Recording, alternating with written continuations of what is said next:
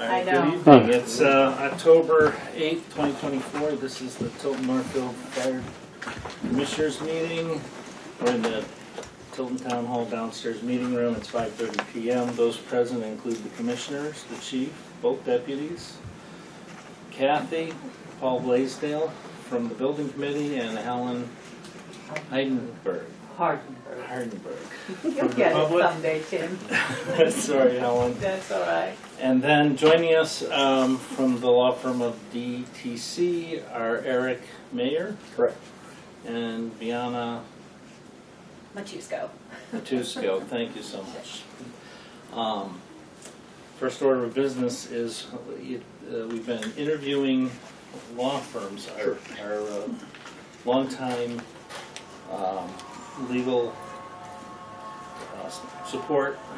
Our lawyer has left the firm that he was with for years and years and years, and that presented us with the opportunity to consider whether we wanted to continue to use him for the services or stay with the law firm. And because of that, we decided that we wanted to open the discussion up and look at other possibilities. So that's why we sent out the request asking for those interested. That pretty much sums it up. So we've invited you here to maybe tell us a little bit about yourselves and your firm and your experience with municipal law. We're obviously a fire district, which is similar, as you would know, to Board of Selectmen. Sure. So well, firstly, thank you for the opportunity to bid for the work. I appreciate being given the chance. So Donahue, Tucker, and Shindella is one of the leading municipal law firms in the state. We just absorbed another firm. I believe the count is 19 attorneys, the majority of which at present practice and are involved in municipal law. I believe collectively the municipal practitioners at DTC have over a century of experience. I am chair of DTC's municipal practice group. I am former chair of the New Hampshire local government's division of the New Hampshire Bar, and also a former clerk. I would say roughly 90% of my practice is representing and advising municipalities. I act as general counsel to over a dozen municipalities, handling all their day-to-day legal affairs. And in addition to that, I act as labor and employment counsel for a wide array of other New Hampshire municipalities as well. Those are my credentials, but we typically operate DTC as a sort of team-based approach.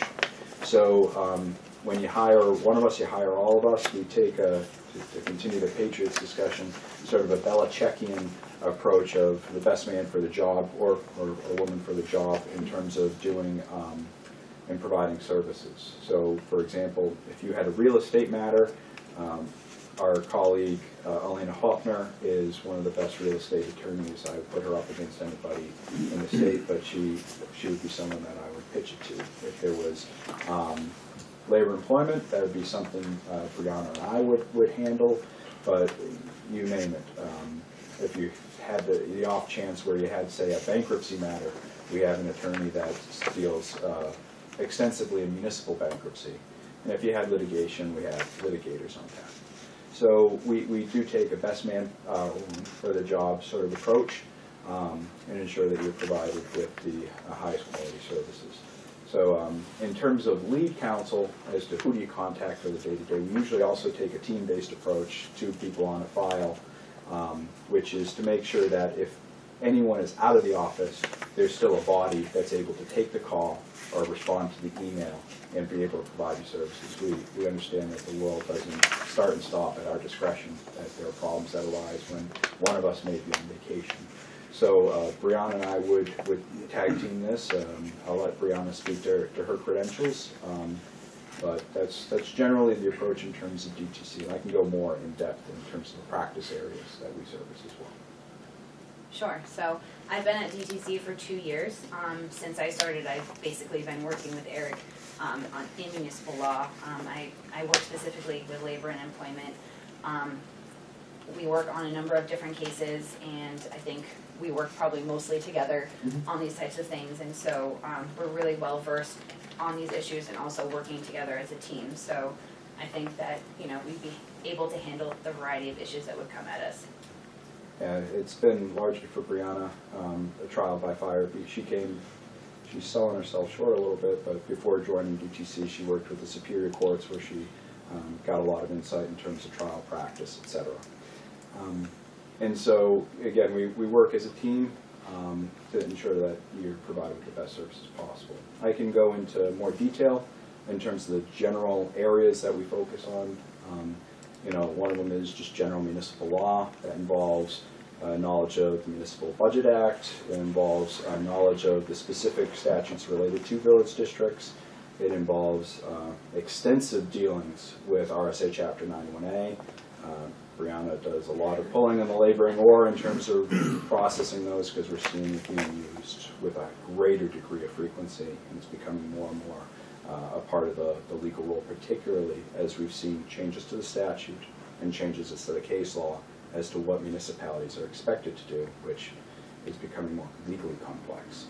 So we assist with annual meetings, and the analysis of budgets, special warrant articles, advising and reviewing contracts and transactions, developing policies, developing ordinances, advising on regulations, etc. Really, it's from beginning to end.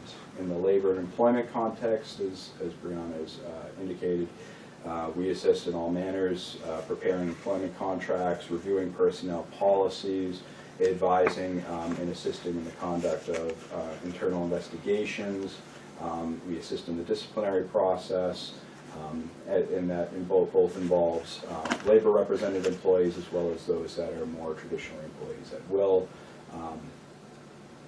You know, assisting in harassment investigations and the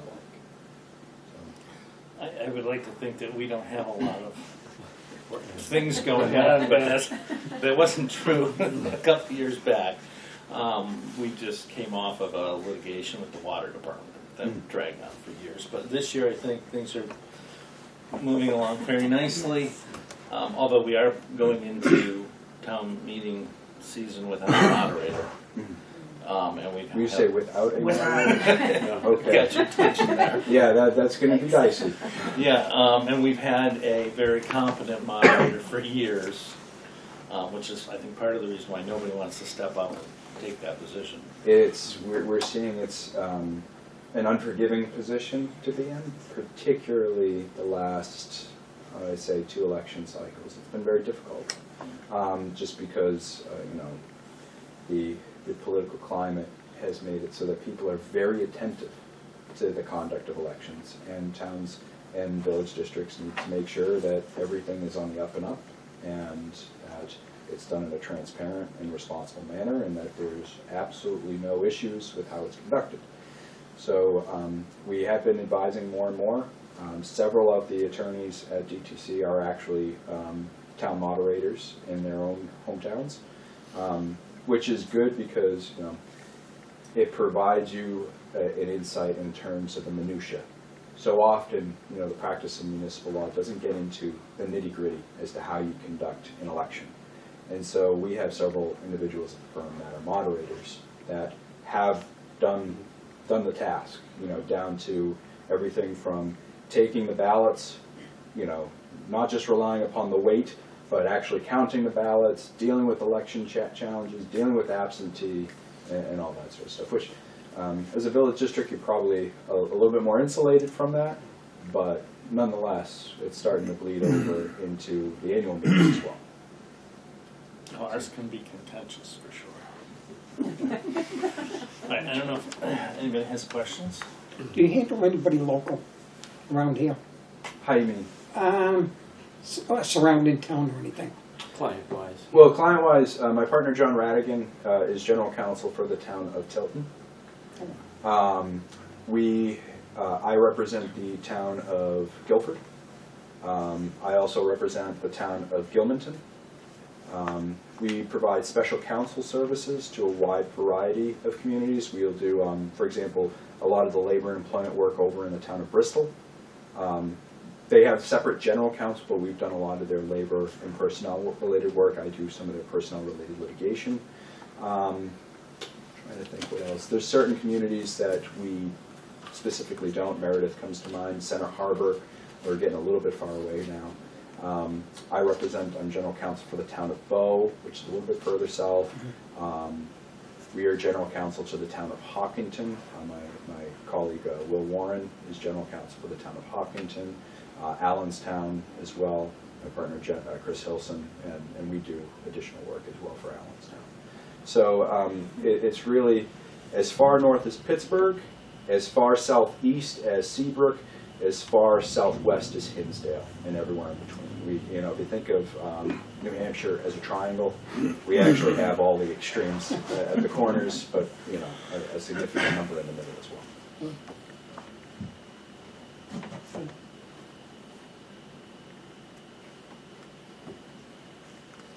Well, you answered a lot of our questions. Yeah, Did you have any more? Well, I want to make sure I answer all of them. yeah. I've got one. I think to some degree we don't know what questions to ask. Sure. Paul? Is there anyone in your team that lives in Northfield or Tilton that could be our moderator?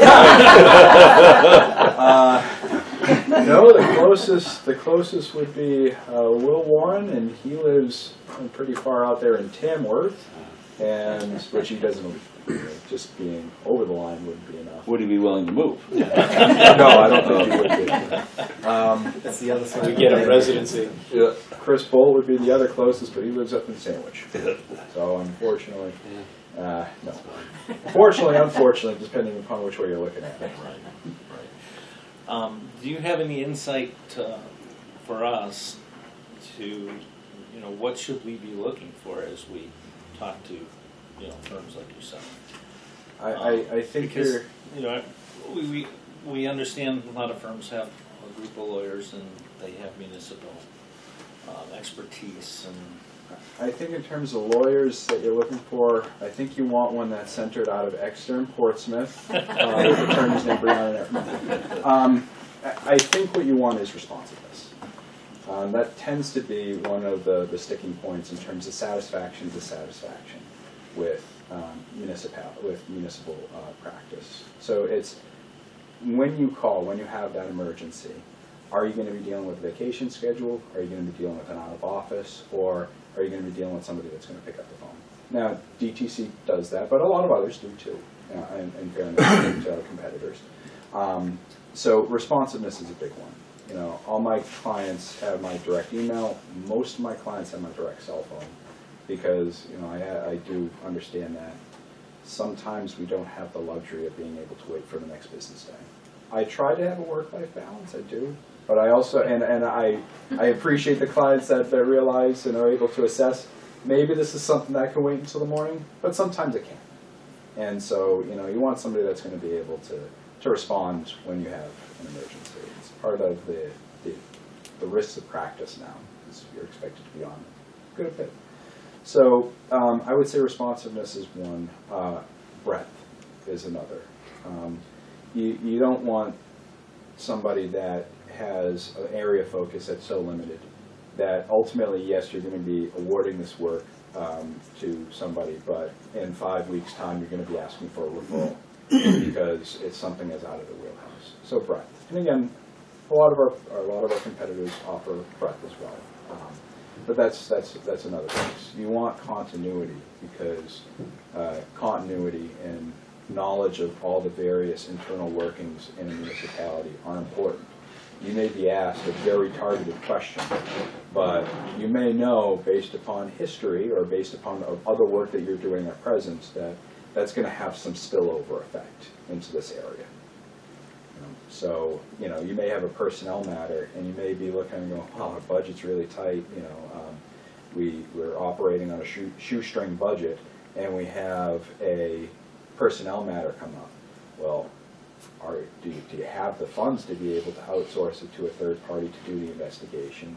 Or are you going to have to do it in-house? Or try to work with somebody, maybe with either Northfield or Tilton, to provide assistance. It's these sorts of things, that everything tends to blend with everything else. It's a very holistic practice. So I would say breadth and continuity as well as responsiveness are really three big pieces. And then the elephant in the room naturally is cost. You know, so it's who's going to give you the best bang for the buck. Now, the chief is usually our point of contact. I didn't know if you had any questions. So, would you be able to attend our annual district meeting as, sitting in council, giving us advice? Or a lot of times there's a question from the audience, can we do this? And we'll all look at each other, the moderator might not know the answer, and then even last year a couple of times we turned to our local council and says, yes, but this is the consequence, or no, because of this. Let me ask the all-important question. When do you conduct it? It's on a Monday. In what month, though? March. Okay. The First First Monday after Monday the after second the Tuesday. Tuesday. The first Monday after the second Tuesday. Okay.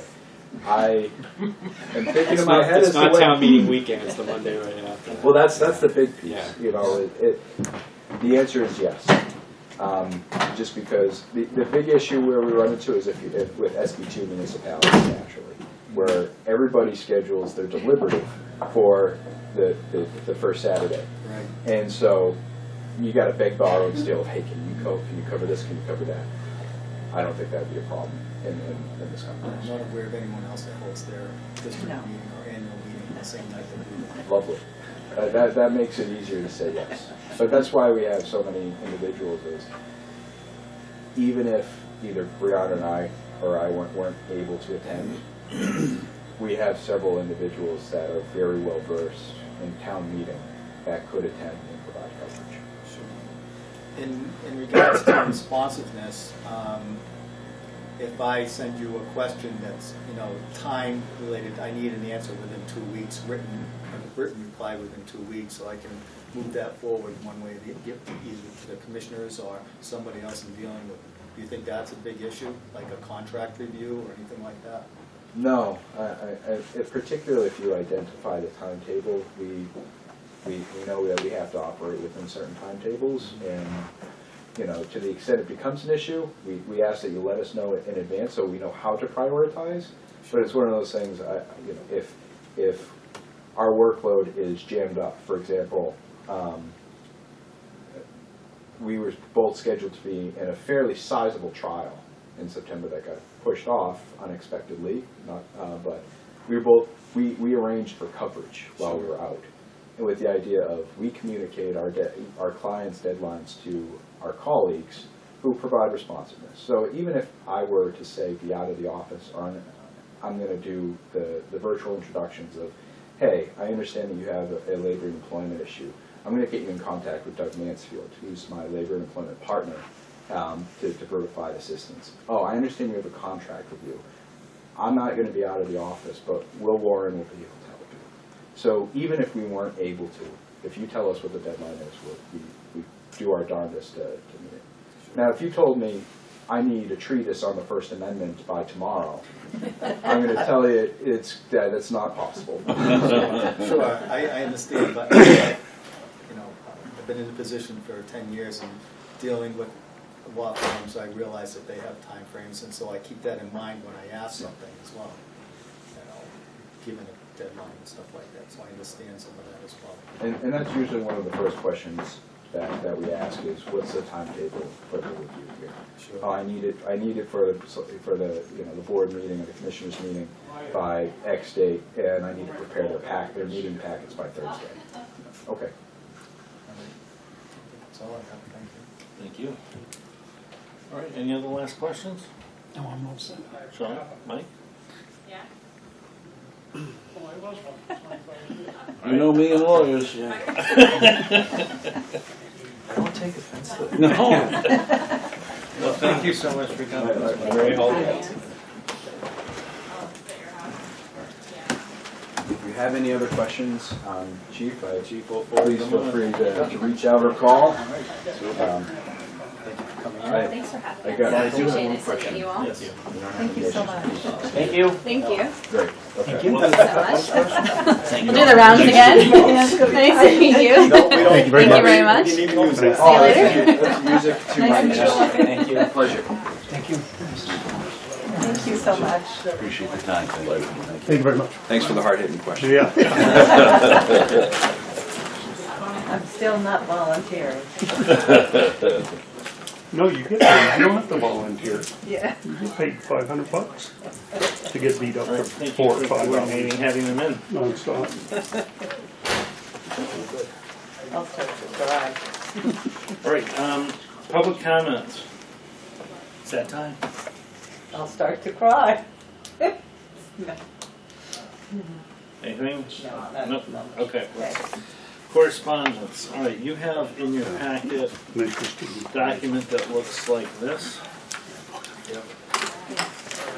So, I don't know if you had a chance to read it yet, but I had a conversation with Shauna Bentley, and she's leaving their firm, and with her goes all their municipal experience from Westcott Law.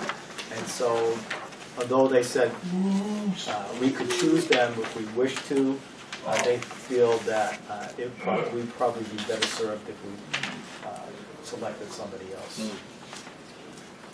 I don't think she really said it like that in the email, but that's the gist of my phone conversation with her.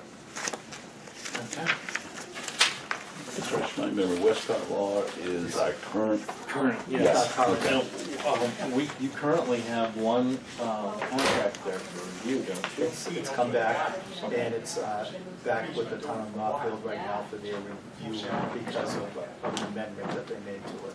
Okay. So, as long as it's okay with, I don't think the amendment really changes the contract, it's just a little bit more language in there trying to say if we have a disagreement that we're gonna work together at no additional cost to us to work it out.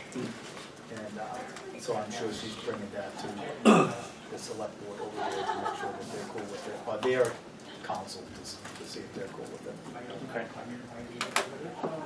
And there's no other. The other thing was the letter to our accountants, which we've received, and so all our matters are pretty much done. We're just waiting a bill on that, I guess, right now.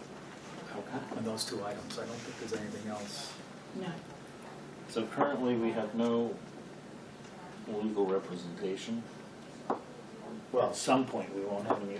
yes, currently there's, Westcott Law still is our legal representation, but as I said, Shauna Bentley is moving on. She's moving on to the Attorney General's office. So next month, we'll have the final, which is Mitchell. Mitchell, the Mitchell Municipal Group. So they'll be here next month. Where are they from? We're out of Laconia. Are they? Okay. So we don't have to take any action on that. All right, moving on, building committee. Provide building committee with a charge. So, did you hand that out? So last month, I shared my thoughts. We talked about it a little bit. Helen, you were here. Paul, you weren't, so I emailed it to you. So I sat down and tried to, without making this super complicated, tried to draft what I thought was a charge. So this is my draft. I want to present it to the commissioners so we can talk about it, and then hopefully we can come to some agreement that we can vote on so that Paul can move forward with the building committee.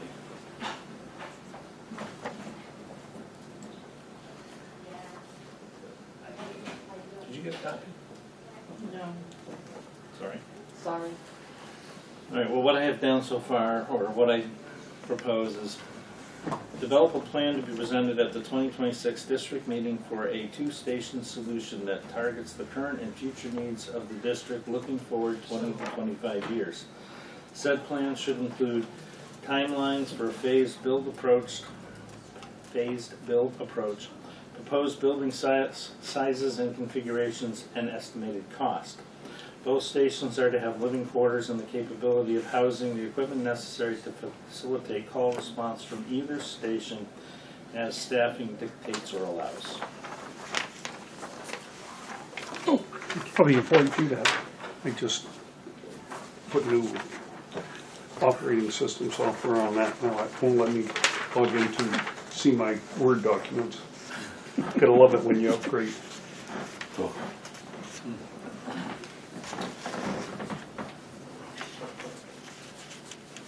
Just trying to keep it short and simple. And that really kind of wraps around everything we're talking about. Is there any changes you'd make or additions you want to put in there?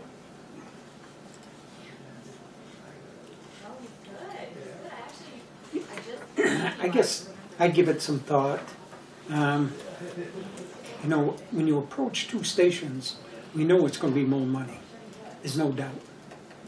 So what has to happen in my mind is if there's going to be two stations, they got to be adequate. So if you build one and it costs $10 million, if you build two, it's got to come in within reason. You see what I mean? Because you can't build one for 10,000, another one for 10,000. I mean 10 million. So if you did one for 10 million, you'd have to find a way so you could kind of break it up, maybe 6 million apiece, or 5 million here and 6 million there. I don't know. Well, at the end, is it okay for me? Yes, please. Okay. At the end of the day, you've got requirements that have to be met, right? There are certain requirements for a fire station that have to be met, period. You add in staffing, now you have living quarters. So with that guidance, with those mandates, you're coming in at a certain cost. So if you double what you're asking for, you can't say, I only want to pay half of that second No, station. I didn't say half, but you got to come with it. I mean, if you had one station, you're going to build it so it's adequate to hold what you need. And it's probably going to be big. Well, this is what we're asking for, is for you to tell us what you need, okay? Because I'm just throwing numbers out there. You have 12 pieces of apparatus. Do you want one station that will house 12 pieces of apparatus and the full staff, and the second one that will house 12? Or do you want to split it 6 and 6? Do you want to split the men up? That's the guidance, really, that we need from you. One station, two manned, one manned, one not. That's what we're looking for. And the costs, honestly, are going to come in where they come in. It's not like, all we can do is make sure that we keep our finger on the pulse of the costs and cut anything that's not deemed mandatory. Okay? At the end of the day, that's not a whole lot. You know, you might cut the janitor's closet from 30 square feet to 15. Other than that, everything is pretty much set in stone as far as the requirements. So we're not going to have a tremendous amount of, not input, but control over costs. Who has control over costs is you guys, by you telling us what you want.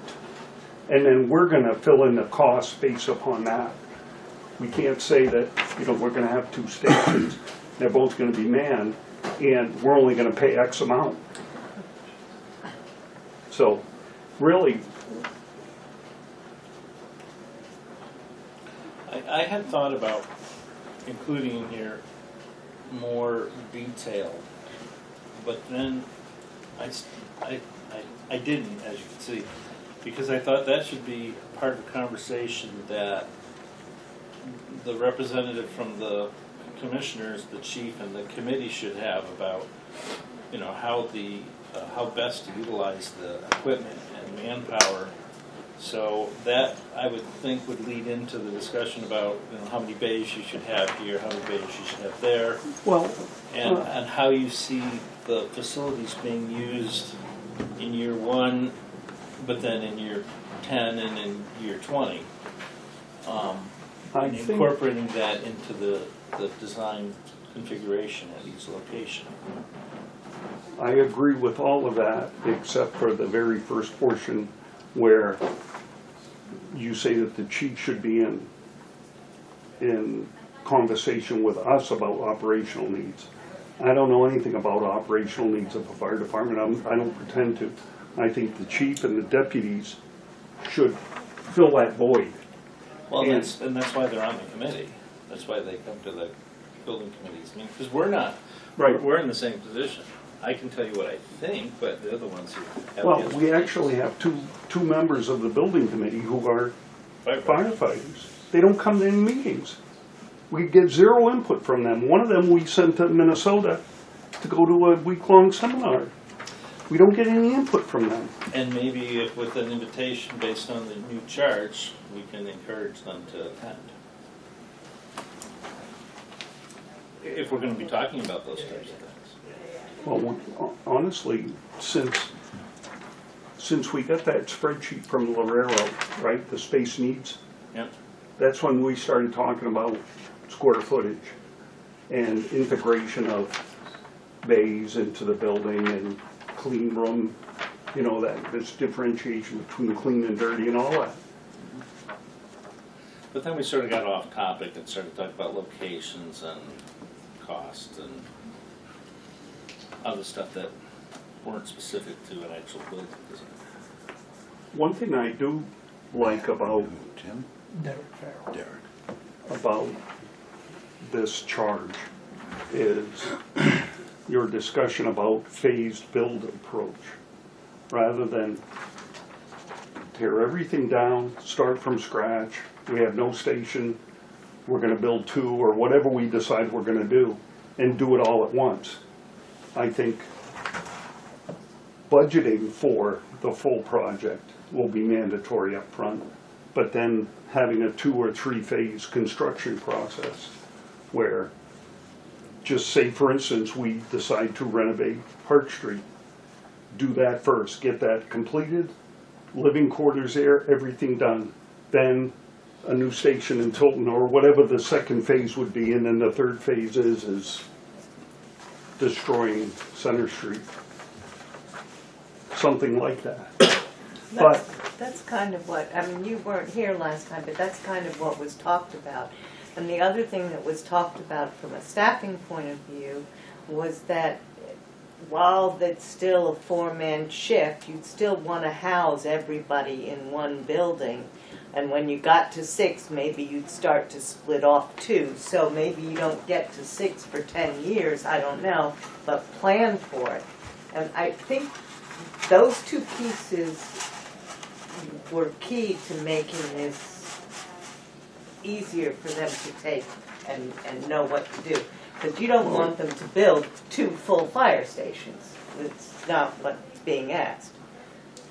I don't know what's being asked. Well, That's why I'm here.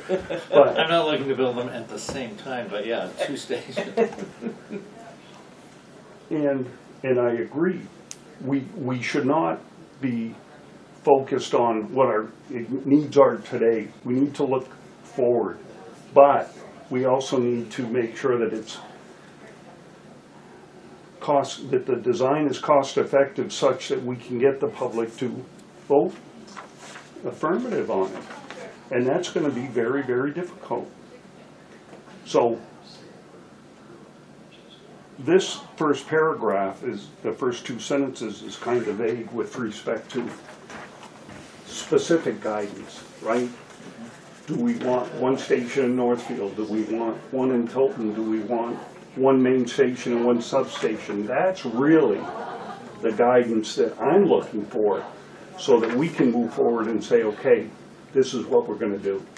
We're going to focus on a main station somewhere and a substation somewhere, or whatever you guys decide. What I don't want to do is say, well, we're going to look at 1 station in each town, or just 1 main station. You know, if we end up with 4 or 5 different options, number 1, it's going to take forever for us to get anything done. And number 2, there's going to be too many choices before the public. I think we need 2 plans to present at district meeting. And what I'm, Why two? Just out of because if curiosity. you offer just a single plan, somebody is gonna say, did you look at anything else? Why isn't there a second proposal here? At least if there's 2, you can show them that, yes, we spent the time, we spent the effort, we looked at it. I think coming up with different options is absolutely a great idea, and maybe talk about those different options at a public hearing or something like that. I think if you go to district meeting with multiple options, nothing will pass. But I think if you talk about those options and get public input into those options and kind of get a feel to what's more acceptable and go in with that one thing that's more acceptable, might have a better chance. I think no matter what, it's going to be difficult to pass because And part of our contract with Lorero is community outreach, Yep. because we admitted from the very beginning that we're not real good at that, and we need to be. We need assistance with that, and that's part of what their contract covers. yes, it does. In respect to 2 stations, I think that's been the conversation with the commissioners as well. There's really only 2 locations, Sanborn Road and Park Street. Trying to, I think several committees have tried to look at other places and to find 2 other places at this point in time, and there really just aren't any available.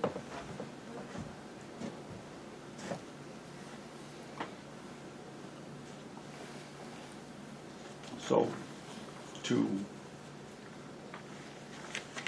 comment on Tim's charge here, I think it needs to be more specific. I think we need for you guys to tell us, we want 1 main station and 1 substation, or we want 2 main stations, or whatever you guys think. But we need guidance. If we say, let's just say we want a main station and a substation. The substation will house equipment, not personnel. Then we can look at, okay, main station in Tilton, substation in Northfield, or main station in Northfield, substation in Tilton. At least that gives us that bit of guidance, direction, so that we're not just spinning our wheels working up all these different plans to find out that they're not what you guys want and they're not what the district voters want. Well, we can certainly give you more direction. If you think that would be helpful, that would necessitate some further discussion. You know, in my mind, and I'm happy to share my thoughts, in my mind, we currently have, go off on 2 tangents here, one being, we currently have 7 bays, maybe 8 if you count the lean-to on the Center Street, right? There's 5 bays down in the park, there's 2 up here. We fit all the equipment in, so in my mind I was thinking, if I did a list of all the equipment, I was thinking you put 5 bays in Park Street, 5 bays up at Sanborn Road. They give you 10 bays, you should be able to house all your equipment. And again, I'll rely on the chief and Mike and Sean to question that if they don't think we can make that all work. The second thing is, I would build them both with housing. So that part of the build is the same. So then the question is, well, where do you put admin? And my preference would be, it would be in Northfield. But I think if you look at how you're going to have to phase the build so you can continue to operate, I would guess you're going to have to build Sanborn Road first. So then the question is, do you want to keep admin in Center Street, or do you want to be able to move admin over to the new station? So then you would build the admin up at Sanborn Road. If you're okay with leaving the admin in Center Street, now you've freed up the garage space, and you've got new garage space up at Sanborn Road, so you can move operations out of Park Street while you do whatever you're doing down there. Then Park Street doesn't have to be as large as Sanborn Road because it won't need to have the admin space. But maybe Park Street has trading space that Sanborn Road doesn't. You know, that kind of, those other ancillaries that you don't have to build in both buildings. So I guess I was looking at the flow and then thinking about, all right, 20 years from now when we're paying off the bond on this, or the loan on this, how many firefighters do we have? Is it 6? Is it 8? Well, if it's 6, we're going to need housing in multiple places. If it's 8, we're going to need housing in multiple places. So the housing has to be part of the whole project now, whether it gets built immediately or it's phased in. So then if it's phased in, do you want the whole operation to move up to Sanborn Road for X number of years until you get Park Street developed? And then once you get Park Street developed, do you move all the firefighters down to Park Street? Because you can make some justifications for that. And then when you get more than 4, then you have some up at Sanborn Road where admin is. Those are sort of the logistics that, you know, how best do firefighting operations work if you do those routes? Can I build the whole station next door to the current building for all the living quarters and admin space before I even touch the garage space and update that? You know, those are all the kind of questions. And do you want to do that so you can have admin down in Northfield? You know, but then do you stop work there so they can build up at Sanborn Road so you can move the equipment up there? So then you can go back and finish the work on Park Street, but now you've got your living quarters and admin down there with no trucks because you're dealing with the garage. You know, so how the logistics, how long the project's going to take, and how to keep operations running as smoothly as possible. Which one of those scenarios makes the best sense? That's what I don't. But I can see all those different scenarios. What do you want to end up with? And can you get there? Or is it... Given that, I'm sorry, I'm rambling. no, it's all right, given that scenario that you just laid out, I mean, I would turn to the chief and the deputies and say, you guys have to, you guys, not the commissioners, not the building committee, have to say, if we have a build approach and this is what we're gonna do, this is how we wanna do it. And if you don't say that, then everybody's in a quandary. Because they don't know. I certainly have thought about it quite a bit, but I don't know if anybody wants to know what I have to say without being invited to say it. Well, no, I think you know, Paul, this document puts a lot of emphasis on the building committee to be making decisions. Paul has said that he would like to have the commissioners give them a little bit more direction. I understand that.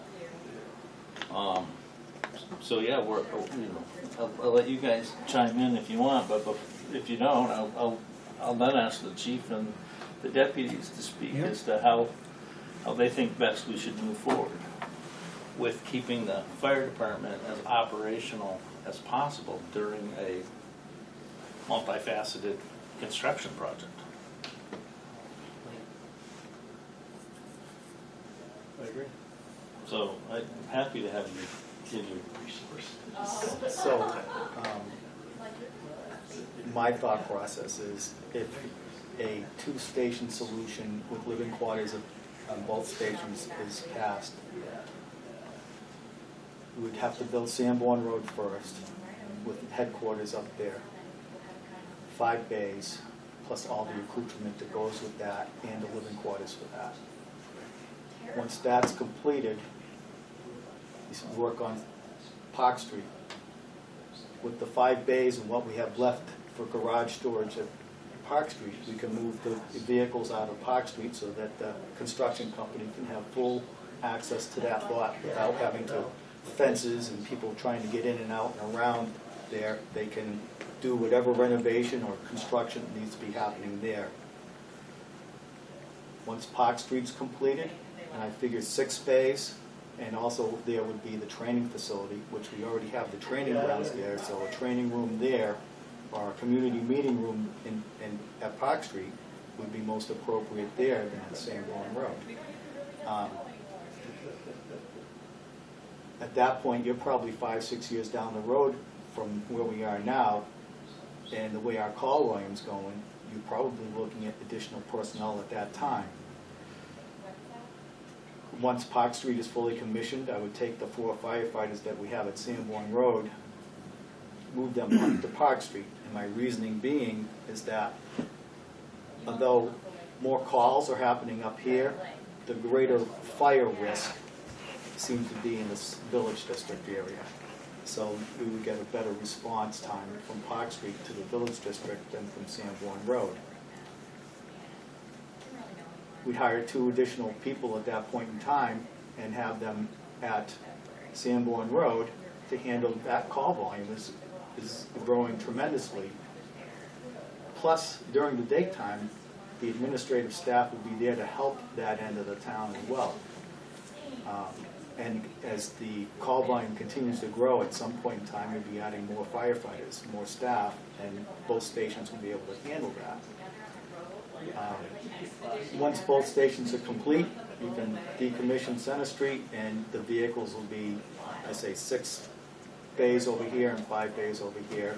That's basically 11 vehicles is what we have now, and that would fit all of them without expanding, the fleet. I don't anticipate expanding the fleet beyond what we have now.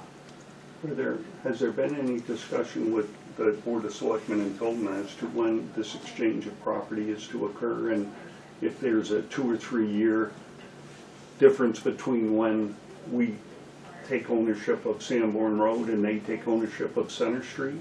So I've had discussions with the previous town administrator about that, not the current one, and the previous town administrator was fine with that.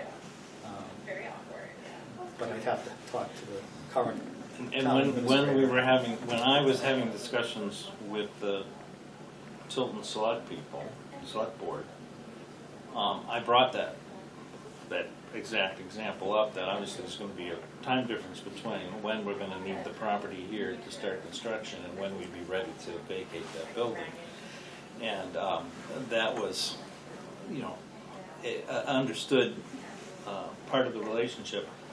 But the other part I got was the enthusiasm by the Tilton Board of Selectmen that the fire department's moving forward and building new stations. I'm very supportive of that. So I don't think we received any pushback from Tilton on what we were trying to do. It was more a case of, because we asked them about connecting to the water main on the PD property for cost reasons, and they were more than agreeable to do that. So they've been very responsive and supportive of the fire department and us moving forward. Yeah, I have had no pushback whatsoever from the Tilton Select Board on anything that I've asked them about that property or the town administrator about that property. They all seem very eager for us to move forward on that property. Do you mind verifying that with the present town administrator in Tilton, just to set my mind at ease? Yeah, no problem. I have a good relationship with them, so. Yeah. Sean, Mike, do you want to throw in any thoughts based on the conversation? No, I mean, what you presented last month was a phase-in program that left Center Street as the out until everything else was done. Because, as we've talked right along, we got to still handle all the emergencies, without major interruption. I've struggled with it for a long time. I would like the committee to look at housing the equipment that we have. It bothers me to hear, I want to define what a bay is. Because if you're going to build a bay, 11 bays big enough to house a full-size fire truck, I think you're going to waste a whole lot of space. Because a lot of the stuff is not full-size fire trucks. Everything we have fits. Do we need more space? Absolutely. But I would be opposed to 11 bays to the new design stage to walk in and see a little ambulance sitting in this huge bay. Now, ambulances are getting bigger, but I would hate to walk in and see a pickup truck or the forestry truck sitting in a huge bay and all the space around it. I think it's important that we house the equipment, but let's look at the bay sizes and make sure they're adequate, but not over adequate. Because I truly believe in the last 15 to 18 years, our equipment count has not grown.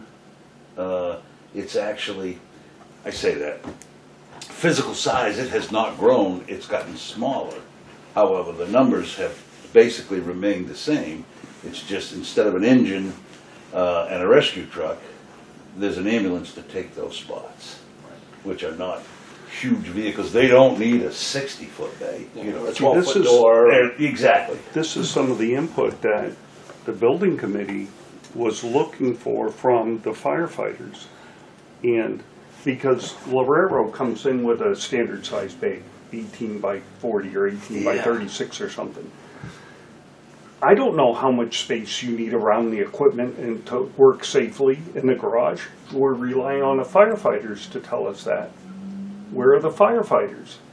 Nowhere to be found. So we're we're asking for their input, they're not providing it, so we're moving forward without it. And I don't think that's good. Well, I think, why don't you let us work on that and at least get that representation back, whether it's with the people that they got or new ones. I'd appreciate that, because I've been barking up that tree for the last year. But Back. you're right, I would hate to see 11 standard bays that Yeah. Herrero says this is what you need for a fire truck. I truly believe in those bays, you can put one ambulance behind the other. Yeah, I don't know, I'd have to look at it all, but We went and toured fire stations back in 15, 16. And you're exactly right. 8 bays back to back, they're all big enough for the largest fire truck, and the amount of stuff they find to fill in between the trucks because the space is there. It seemed like in a couple cases that equipment should have been thought about and built into where it was more appropriate than, well, we can stuff it over here. So that's the kind of input that's important because Sure, I Right. think one of the reasons they do that is because apparatus bay space is the cheapest space in the building. When you build spaces particular to certain things, that costs more money than just, absolutely, and it is the space. cheapest space, but I think sometimes it's your biggest deterrent, because I hear it. I Jesus, talked, 11 bays? You only got 4 fire trucks, full-size vehicles. Why do you need 11? I had that conversation with the Pelham chief, because it was kind of that situation. They had either 8 or 10 full-size bays, but they didn't have that many apparatus, but all the space was filled up with stuff, hose racks and things that they didn't build into the wall or things like that. And, that's one of the questions I asked him, why are you doing it this way? Why didn't you build it so it's more ergonomic? He says, well, this is the cheapest spot in the whole building. So that's why it is what it is.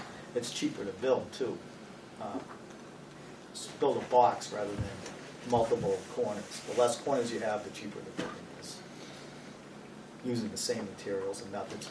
But going back to the same point, let's utilize it not on an equipment bay, but you're putting in some decontamination piece of equipment, and we don't know what size that room needs to be, and Lorero might not know what size that room's supposed to be either, and we're relying on you to go, oh, they only gave us a 10 by 10 foot room, we need 14 by 14 or something. But those are the more critical. Sure. Lorero did come in and measure all our equipment. But we haven't seen really any designs to see how that equipment fits into any, but because we haven't really asked them at this point, we're still back there. Well, I think right now we've moved forward to the space needs study. And that was the last big effort that we were putting in as a committee, was trying to define what was necessary out of what Lorero recommended. Correct. So there's no reason for us not to pick up at that spot. But are we talking one station, or are we talking, you know, that's really the guardrails that we need. There's no way you're gonna get one station. We all know that. The town of Tilton will not let it, and the town of Northfield will not let it. Okay, There's so no- so how does that help me, Paul? It doesn't. That's what I'm That's looking why I for say- from you is- That's why I say you're gonna need 2 stations. If that's the guidance that you want to give us, that's what we're That's going to my, move that's forward with. that's my thought. Trust me, I got bumps on my forehead from beating my head against the wall. That's what I'm looking for. What So- do But you if you go to the guys? if you go to the district meeting and say, okay, we've given you 2 choices. There's one here to build 2 stations, or there's one here to build 1 station. Taxpayers, voters, which would you choose? What do you think Depends they're on gonna, where you think the- they're gonna pick the 2-station? No, I don't, but Okay. so what they're gonna do is gonna say, okay, we'll build 1 station, build it in Tilton. You need 2/3 vote, not gonna happen. It's not gonna happen. The same way if you did it in Northfield, it's not gonna happen. All right, so moving forward, Exactly. the other thing that I haven't brought up yet, which I wasn't thinking of bringing up at this point, but I think we're relying on the building committee to do the marketing on this, and I think that may be an error. That maybe the commissioners need to appoint a different group of people to work with the building committee and the commissioners to come up with that marketing plan to make it more effective. Because we got some great people on the building committee, but none of them are marketing people.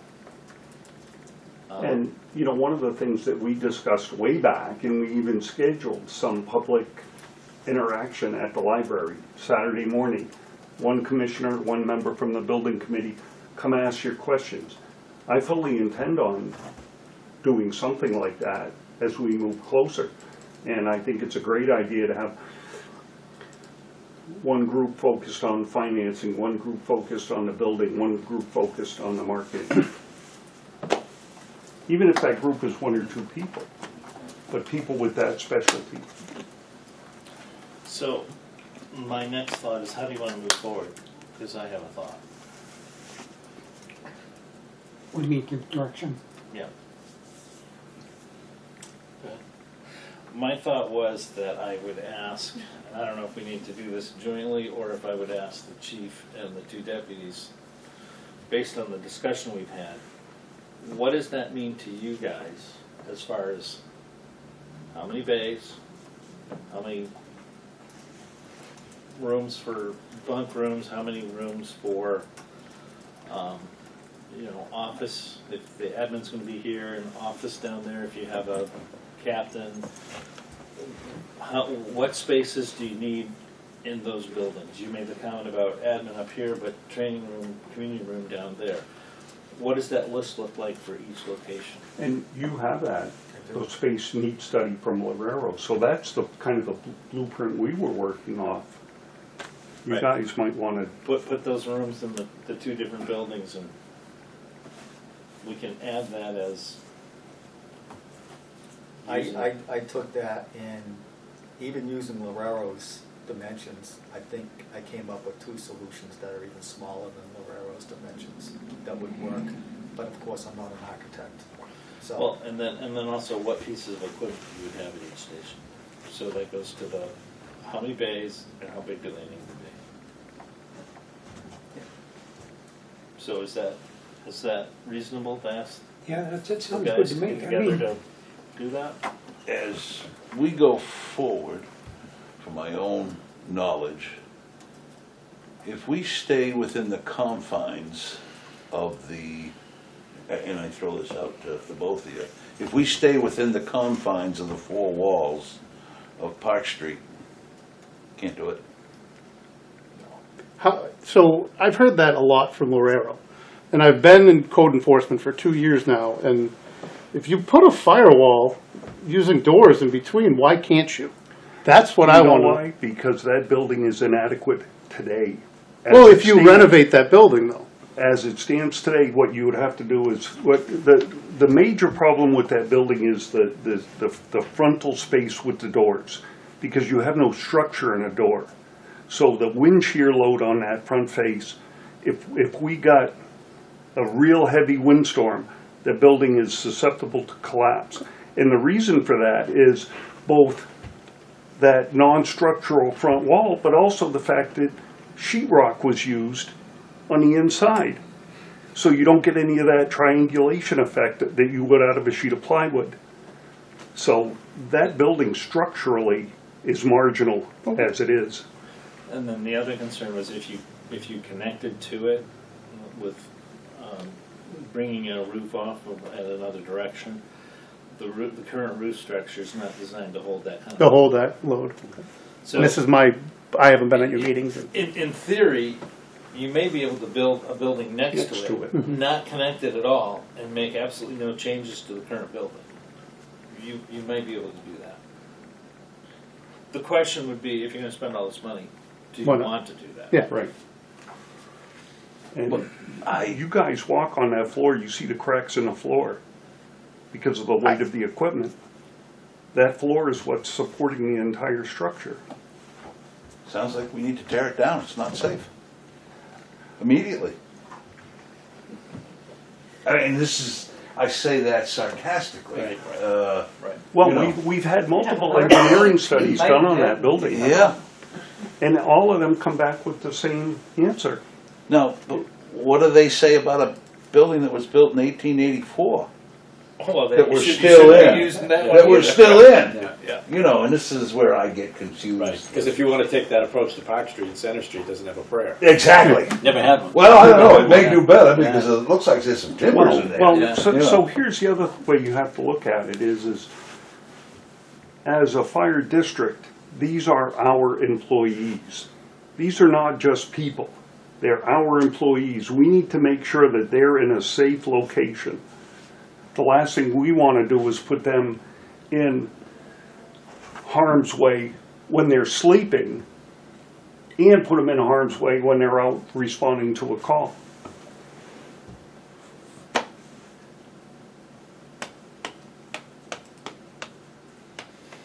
Personally, I'm sketchy walking into Park Street just to sit down at the picnic table for a meeting. I'm not, because I've seen that with 6 feet of snow on the roof too. And then, of course, It's just going to be a big ask. It's going to be a big ask, and we've been told no so many times. And I hope. Well, I think that a two-station solution, if that's what's put forward, is most likely to succeed.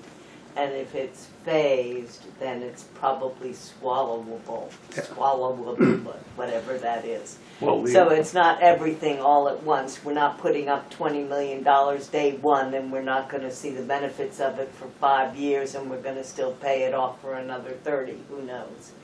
So I think those are the two significant things. But I think something that's already been said by Tim, I think you've got to split up the responsibilities for these things.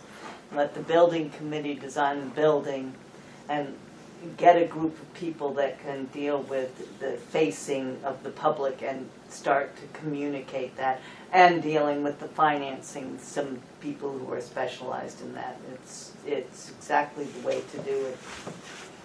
Well, one thing we learned definitively from the survey was that we have no direction from the community. That we learned definitively. Everybody wants something different. They all want it in their town. That's what they want. Correct. That's the problem. So There was no definitive If direction. that's the problem, then we know what the solution is to it. You know what direction you gotta go. All right, so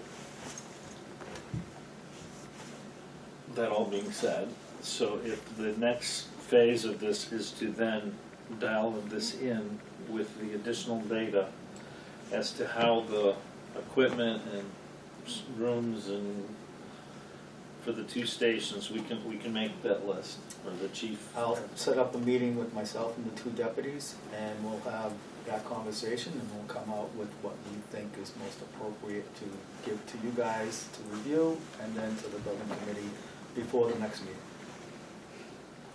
Before the next building committee meeting Before the or next commissioners? Commissioners meeting. Okay, so Are you talking the ones that are working on the budget or the regular meeting?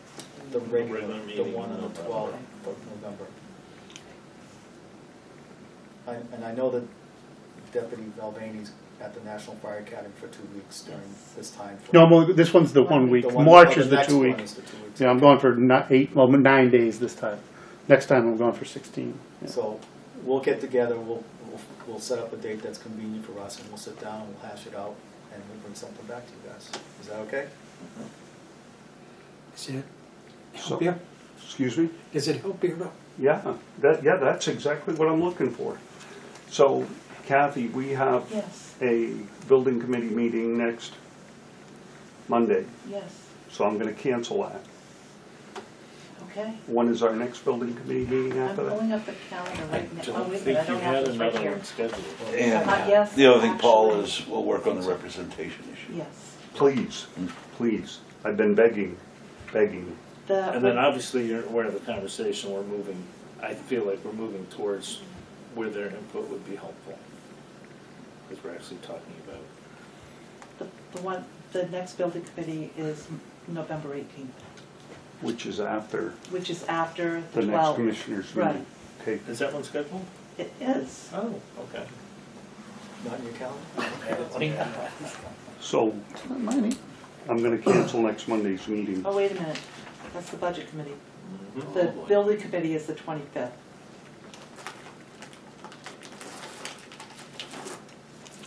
The 25th of November. Do that. My calendar's in the car.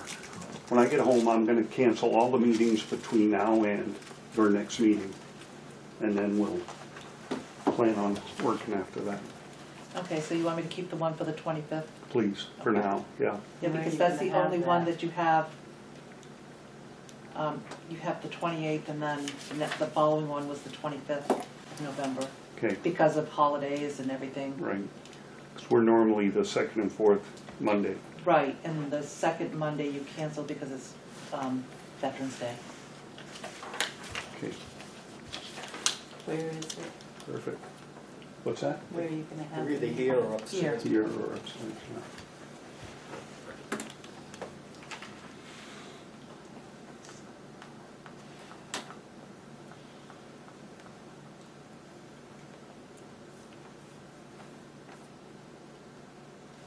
All right, anything else on the building committee?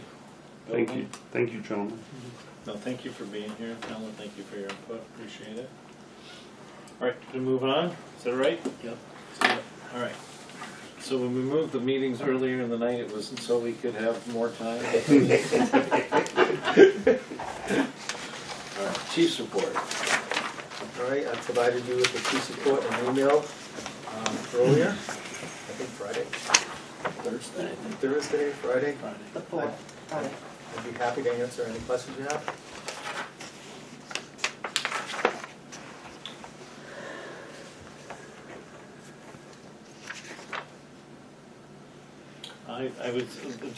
I was just concerned about the operating budget, because when we were talking about the budget at last week's budget meeting, and it seemed like there was a lot of things that we hadn't paid for yet and hadn't, know what they were gonna be. I don't know if I should be concerned that we're spending, So I can tell you I'm concerned about the budget as well. And I guess the main reason for my concern about the budget is that we've had a couple of babies born this year within the fire department. And so the people responsible for that take their family medical leave, which they're entitled to, which wasn't budgeted for. We've had some injuries and illnesses where people have been out for extended period of times on short-term disability and stuff like that, which creates stresses on the overtime. As of last week, we're about 10% over our overtime budget, which is about $40,000. But what I can tell you, going forward, we still have probably $57,000 in overtime expenses to come. A balance in the overtime at that time was $41.93, so I've halted all discretionary overtime. Additionally, I personally must approve every operating expense going forward. Like normally, different people are responsible for certain parts of the operating budget, and if they're living within their section of the budget, they can order, paper towels or whatever it is needs to be. Not now. Everything's got to come across my desk before any spending gets done. And so the measures I've taken to control spending, and we do have some surpluses and some under-expended lines, I believe we'll live within an appropriated amount for the operating thing. So I am concerned, and I am taking actions to meet that concern, and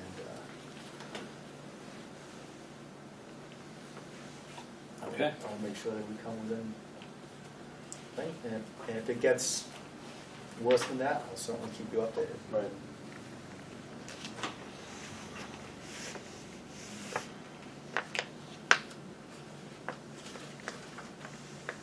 What do you have in the unreserved fund balance, right? I don't have that number off the top of my head. Kathy can probably look it up for us, though. So we have a contingency fund of like $30,000, which is still available to us, but I try not to use that. If we had another long-term extended illness or injury, we might get into that. But I'm doing everything I can to remain within the appropriated amount.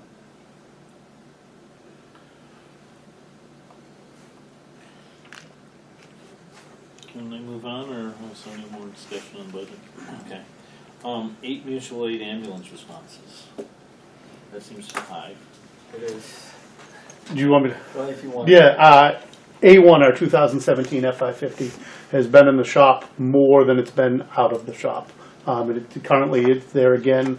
They had to put literally put a black box flight recorder into it to find out what's causing the codes. The codes keep coming up the same. It's a diesel exhaust problem. It doesn't make it any better, but Plymouth has basically the exact same model ambulance, same year. They're having the exact same problems. And so we dropped it off back at Irwin's again now. We're down to one ambulance, and it is, I didn't get an update from them today. It's been in, I think, 3 weeks out of the last month. It's been at Irwin's. So. So you have a problem, but they're not able to pinpoint what's causing it. We have a lot. I mean, we've replaced basically the entire diesel exhaust fluid system. One replacement alone was, I think, a $9,000 replacement. And then we did this to this exact same ambulance in 2020. 2019, we had the same problem. We were in Grapponi at the time. We've moved over to Irwin. So this is the second time it's gone on with this. This is why when the chief ordered the new ambulance, we ordered gas. We're having the diesel, because this ambulance has been great, except for, a few little things, but the diesel exhaust fluid is just such a problem. Yeah. And we can't get beyond it. And the other problem is when that light comes on, it won't regen. So it won't do an automatic regen. We have the ability to do a manual regen on that ambulance, but it's not the same as when you're driving on the highway having that ambulance regen, because you just put the parking brake on, the high idle comes on, it does a manual regen. But it usually only takes us down to 50 to 60%. We really needed to take it down to the 5 to 10% range, because we quickly get back, when you're at 50%, you quickly get back to the 90%, then it's clogged, and then it goes into limp mode, which hasn't happened in a while. But yeah, so a lot of diesel exhaust fluid problems. If those ambulances allow you to, when they're idling, put them in high idle mode? So soon, we have a policy on it, actually. When those ambulances are stationary, we have a policy that they hit the emergency brake. And the way, I think it's a Horton thing, when Horton builds them, when you put the emergency brake on, the high idle automatically comes on. That doesn't start a manual, it doesn't start a regen, but at least the high idle's on, and it's burning off better than it is. Right. Yeah, and so we do have a policy on that. And like when we get to the hospitals and emergency room, shut it off. Yeah. Don't let it idle outside or anything like that, or don't let it idle anywhere. When we're at Park Street, we have a plug so we can shut it off, plug it in for extended period of time outside the station at Park Street. Well, now we can pull it in because we're waiting on that. We have that open rescue bay. But Do you have any of these types of problems with the engines? we're dealing with one def problem with engine 2 right now, but not nearly to the extent we're having with the Fords. And the larger engines have the ability to have a burning process within the engine itself, where a lot of the ambulances, you know, are looking for passive regeneration. The best thing you can do is put those things on a hill and load them right up and heat it right up, and it burns that stuff out good. But the Cummins motors, you know, have the ability to actually create a fire within the engine, within the exhaust system, to burn it out. The newer Fords are still all passive regeneration, if I'm not mistaken. Yes. Yeah. And the bigger engines, You don't have that. they create a fire, you know, either with a burner itself or a 7th injector on the engine that creates a fire and heat within the diesel particulate filter. Ford's not the only one who has those problems. Oh, there's no question.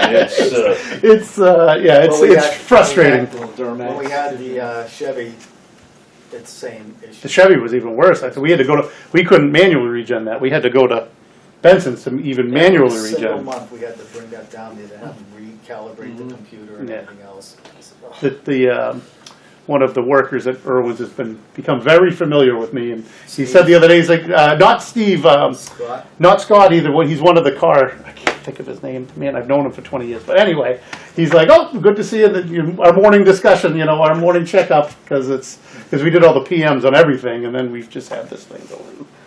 The black box. That's why it's back. So we were able to hit the button and have the black box record on Friday. So hopefully they get what they need out of that black box recording. But I did not hear from Scott today. Did you hear from Scott? No. he usually calls my cell phone directly. Yeah. Give me the- At least he's not scared. I made a comment at a district meeting when I was on the budget committee that we should never buy another diesel ambulance, and everyone looked at me like I was out of my mind. I've said that. Yeah. Here we are, Well, No, there's just too 10 much, years later. too many we're issues finally- across the industry. Anybody that manufactures a diesel engine, It's, yeah, government pushed that, not the manufacturers. well, a farm tractor in the middle of harvest, get a combo. Exactly. It's just- yeah. All right, Answer Paul's question about the unassigned fund balance, yes. $337,080. Okay. Thank you. Can you keep us up to date on how the ambulance is doing? I'll be gone, so hopefully. Yeah, Yeah. as soon as I know. I hope it's back before I come back. Something, they find out what it is, you fix it, you feel very confident, send that out, good news. Certainly. Okay.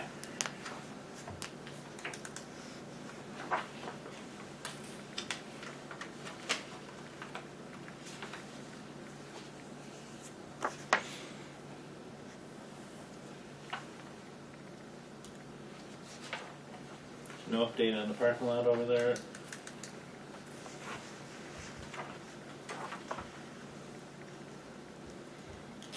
Be snowing soon. Yeah. It's gonna be a problem. It's too bad. It's starting to look like it's gonna be a junkyard. It looks like a marina right now. Well, yeah, with flat tires and worn out boats and.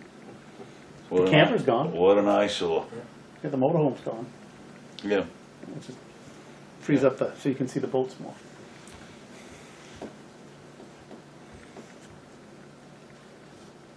Downtown junkyard. That's,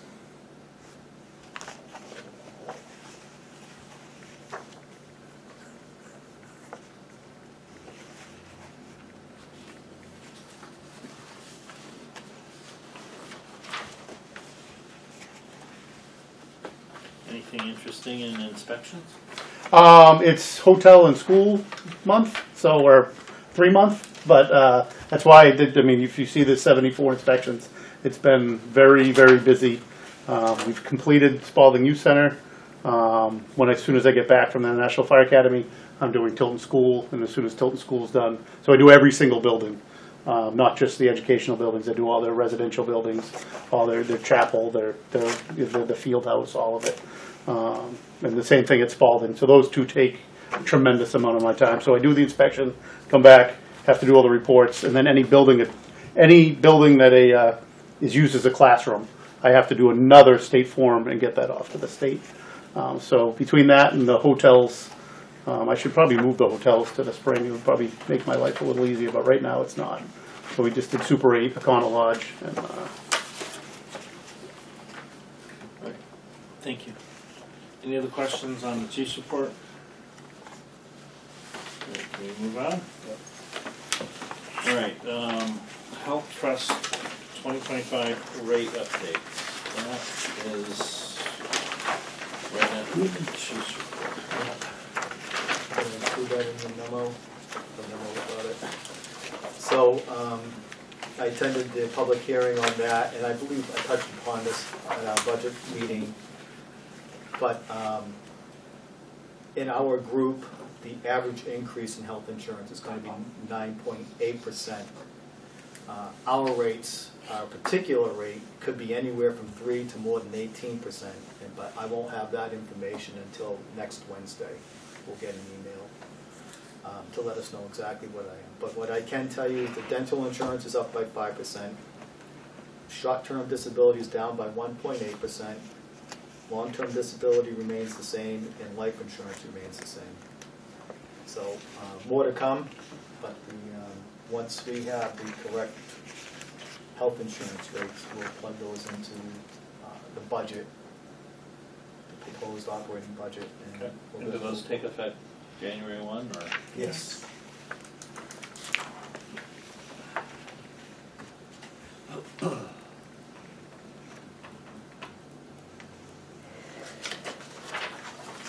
Thank you. All right, new business. The next page in the chief's report has the items that we discussed last week. Spreadsheet. There's a spreadsheet there with those items and the cost. And these are those items that we were going to use the fund out of the communications tower fund.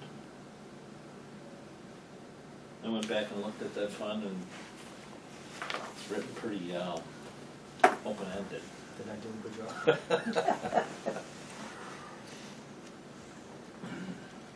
So I had all that in mind.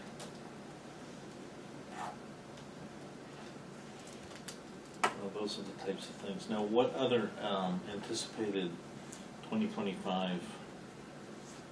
So in the proposed operating budget, I have windows that need to be replaced at Park Street, whether we want to do that project or not. That's a discussion we'll have. Also, the sign at Park Street needs some attention, and that's certainly a discussion that we'll have. And if we want to take those out, if we want to do those projects, and if we want to take them out of the operating budget, we could move them into this, using this trust fund for those expenses. That will help reduce the operating budget if we move forward with those two projects. Other than that, than what's already listed, I don't anticipate anything else right now. Update on when the doors are coming in? No So update? the doors have been ordered. About 4 weeks is what I heard. And once those are in, I believe that work will commence. And we'll try and coordinate with A&B Lock to make sure that the access control system is coordinated so that they only have to work on the doors once to get all that equipment in.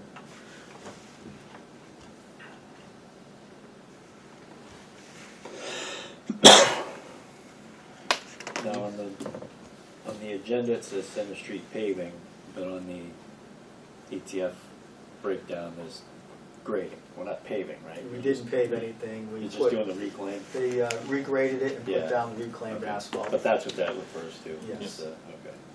The concrete that the generator sits on was the original concrete. You've got 6 items listed here on the file. Yeah, the fire alarm monitoring Fire system isn't, alarm mon- oh, you don't have the latest. Yeah, you can have- Nope, nope. Right, okay. So, when we transferred to the VoIP phone Okay, system, we can pick that our up. hard Close phone to the lines that building. are used to It's monitor tied back the there fire with alarm those control panel in the guideposts, Center which Street we station need. needs to be upgraded as well. redo because it electrical requires some type of underground. monitoring.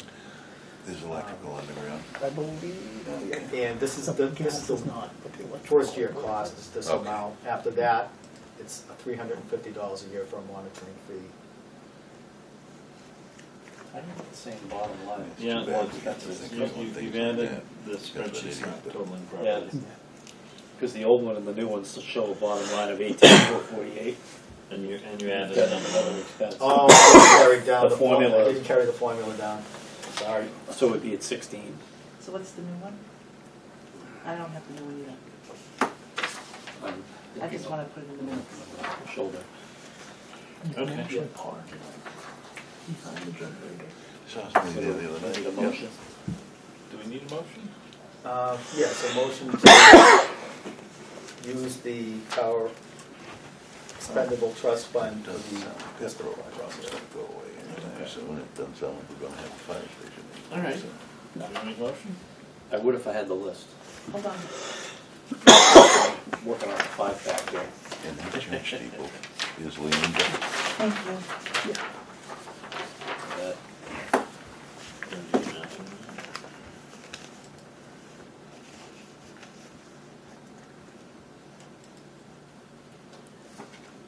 Wow, isn't that weird? Oh, 9 on that, oh, balance 68. Okay, let's see. 2,270. No, it's actually 2375.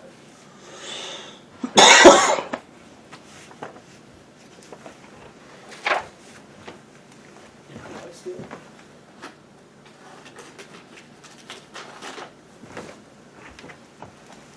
That's all I get, but mine doesn't look right at all. Mine is 2375. That's the rolling balance, yeah, I did the same thing for it. 1673, 68.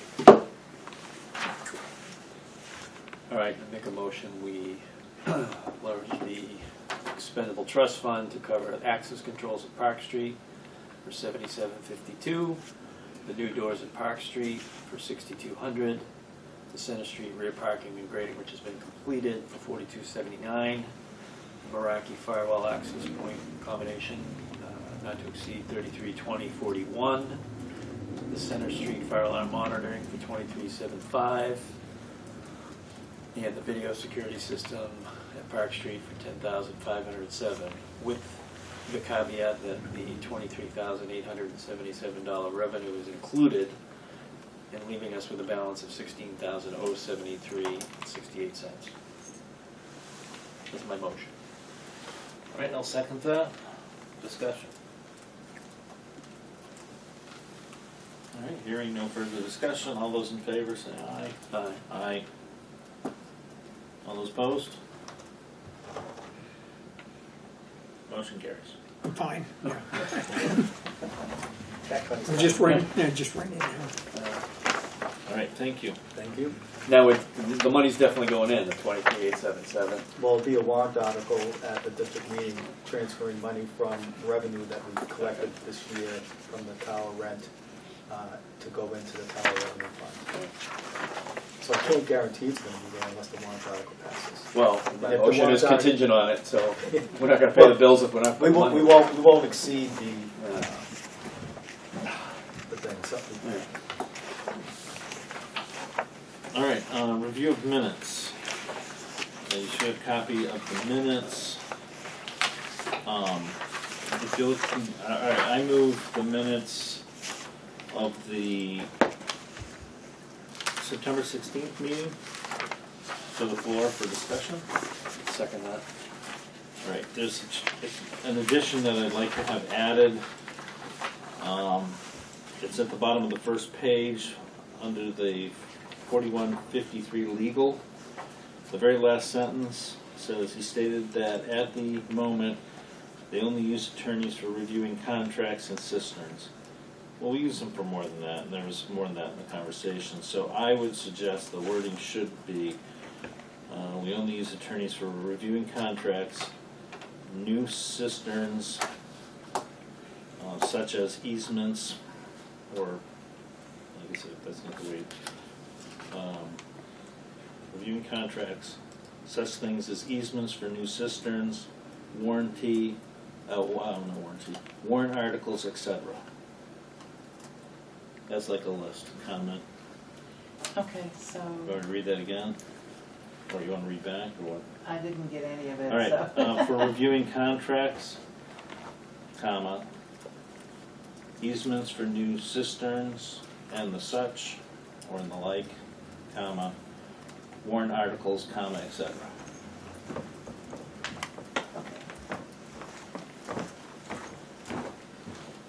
Is there anything else we should include in there? Easements for, New Contracts. cisterns. But that separate includes everything It else in does. the world. Yeah, it made it sound like we only use attorneys for contracts and cisterns. No, it's not true. That's the only change I had in those minutes.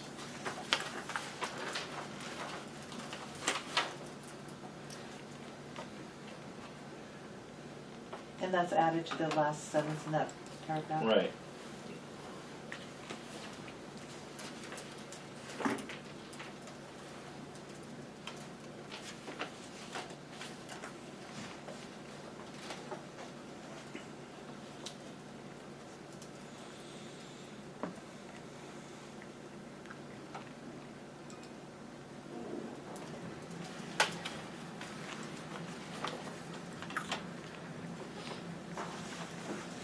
Well, I make a motion, we approve the September 16th minutes as amended. I'll second that. Any further discussion? All right, hearing none, all those in favor? Aye. Aye. All right, I'd like to move the minutes of the September 16th meeting to the floor for discussion. No, that's what we just did, That's- that one, the budget workshop. All right, I'd like to move the minutes of the October 1st budget workshop meeting to the floor for discussion. Second. I did have the opportunity to read through that. She did a very nice job. Courtney did a very nice job getting that done.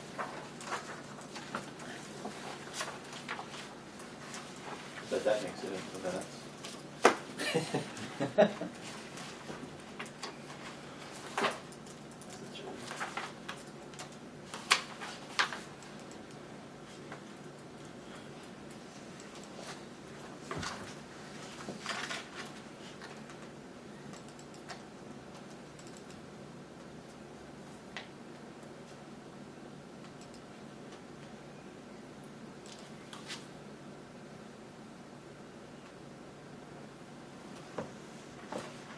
I still don't understand the 50% deductible rule. Why, I don't get that, that didn't sink in with me. So Why the regulations changed? Why can't we I could, pay what we wanna pay? well, there are a number of municipalities that do exactly what we do. Right. And then there's another number of people with collective bargaining agreements that require it that way as well. What Health Trust was saying that if they offer two plans, a high deductible plan or a lower deductible plan, the higher deductible plan, they think that the insured would do some shopping around trying to get a cheaper rate for an MRI or something like that. Oh, And since they have, they're 100% deductible, they're not really shopping around because sure it comes out of their pocket up front, but they get it back on the backside. all right. So what they were saying is in their projections, they were seeing losses in their high deductible plans, and when they compared them to their lower deductible plans, the rate, the usage was the same. So that was their reasoning. But at the same time, municipalities should be able to do what they want to do, and then certainly number of, although we don't have a collective bargaining agreement, it's in our personnel policy manual, which kind of takes the place of that. Yeah. Changing, there may be an injunction sought against that, Oh. stuff like that. Okay. I don't know exactly where it's gonna be, but that's, at the Health Trust public hearing, they said, this is the direction we're going, and tough cookies. Yeah. And we're gonna make you sign an agreement saying that you do comply with it. And if I have to sign that agreement that way, then I'm not gonna lie. Yeah. Um, But, so what would they say is that if we don't do that, if we don't sign or play ball, they won't insure us or won't let us buy a certain plan, or what? They really didn't say what the consequences Yeah. were. I guess that's what I'm trying to, Yeah, say, they- don't they- do that, They really didn't say what the Yeah. consequences were. And I guess I didn't ask that question. Yeah. There was probably 120 of us in that room. Right. And everybody was yelling at them about this. Got it. Because, So I have to wait and see. yeah.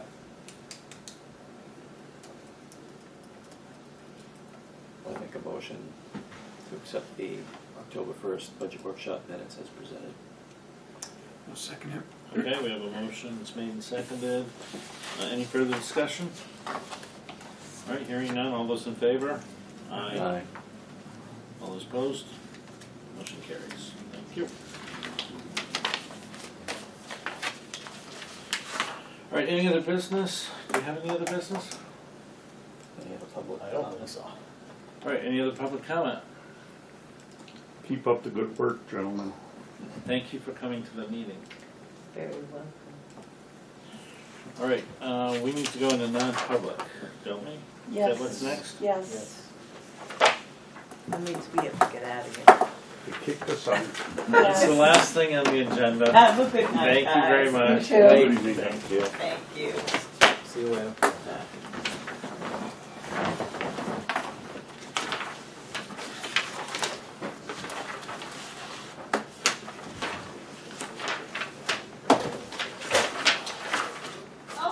Are we approving minutes? And then doing disposition reports, or are we just approving minutes? Both, both. Okay, so this is the non-public session that goes back to August. If you would pass that down to Tim, and then if you would take one of those and give one to Jason. You went non-public yet? Yeah. Not yet. All right, motion to enter non-public made by, Me. So moved. seconded by I'll second it. Paul.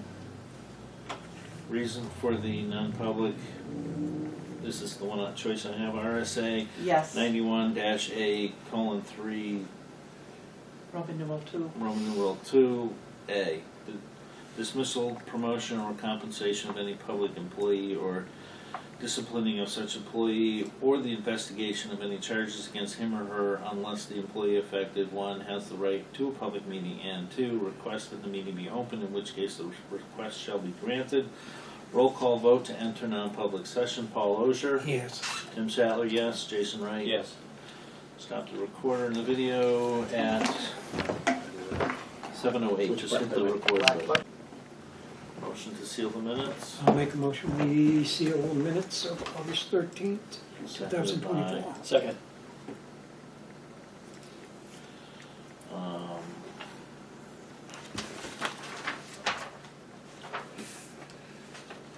Am I checking the first box here? Affect adversely the reputation of any person other than a member of this board, render a proposal or action ineffective, or pertains. It's number 2. Okay. Roll call vote to seal the minutes. Paul Ogier. Yes. Tim Sattler, yes. Jason Wright. Yes. Motion passed. Okay. Perfect. Thank you. You. All right, now do we have to go into non-public for disposition reports? Yes, we do. Do you have a form for that?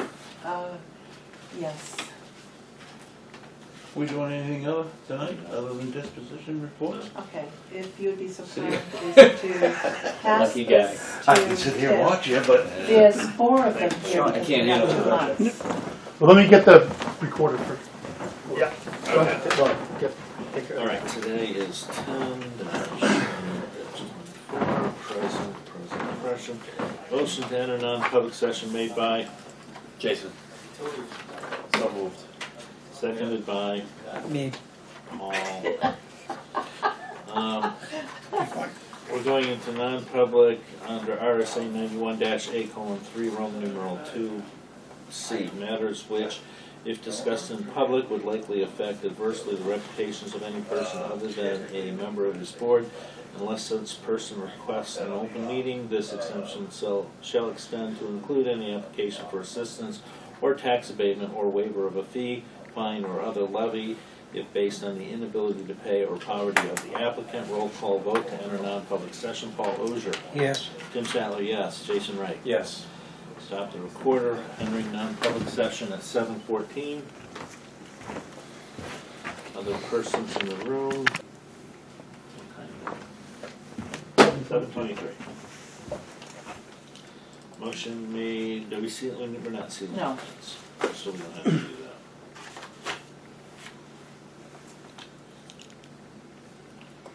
Okay. Next item on the agenda is, well, it should be adjournment, but it's not on the agenda. You want me to put that on there from now on? I'll make a motion, we adjourn. All right. I'll second it. All right, motion's been made and seconded. All those in favor? Aye. Aye. Aye. Thank you. Well, you never know with it not there at the bottom that you can turn the page and it's gonna be Is it on on the the whole. back? Is it on the back? No. So the meeting adjourned at 7?